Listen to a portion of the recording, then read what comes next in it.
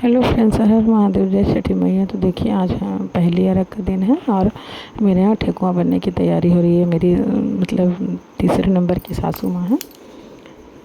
मेरी जेठानी आटा गूँथ रही थी और ये मेरी मासी है। फिर मैंने चूल्हे पर लोहे की कढ़ाई चढ़ा के शुद्ध देसी घी, गाय का घी रखा है पिघलने के लिए, क्योंकि आज का जो भी प्रसाद बनता है ठेकुआ लड़ुआ सब शुद्ध गाय के घी में ही बनता है।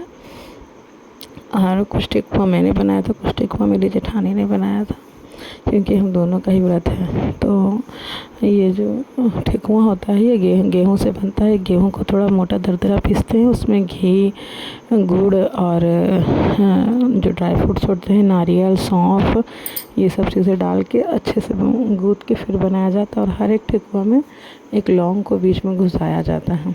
तो ये जब कढ़ाई गर्म हो गई तो मैं ठेकुआ फ्राई करने लगी।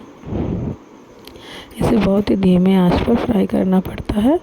और ये मेरी मौसी और मेरी तीसरे नंबर की सासू माँ हैं, जो कि हमारी हेल्प कर रही थी, क्योंकि हम दोनों का ही व्रत था। तो सारी चीज़ें हम अकेले नहीं कर सकते थे और दूसरी बार कर रहे थे तो कुछ चीज़ों का ध्यान उतना पता भी नहीं था। तो अब मैं हट गई थी, मैं सारे फ्रूट्स धोने लगी थी, तब मेरी जेठानी यहाँ पर बैठ के ठेकुआ बनाने लगी थी और मैं चली गई थी सारे फल धोने के लिए, क्योंकि शाम का भी समय होने जा रहा था, तो सारे फल भी धो करके रखना था। तो हर किसी को कुछ ना कुछ काम मिला हुआ था, क्योंकि इस पर्व में इतना ही काम होता है कि आदमी परेशान हो जाता है। लेकिन क्या करें, जहाँ श्रद्धा है वहाँ तो हम सब कुछ करेंगे और खुशी से करेंगे।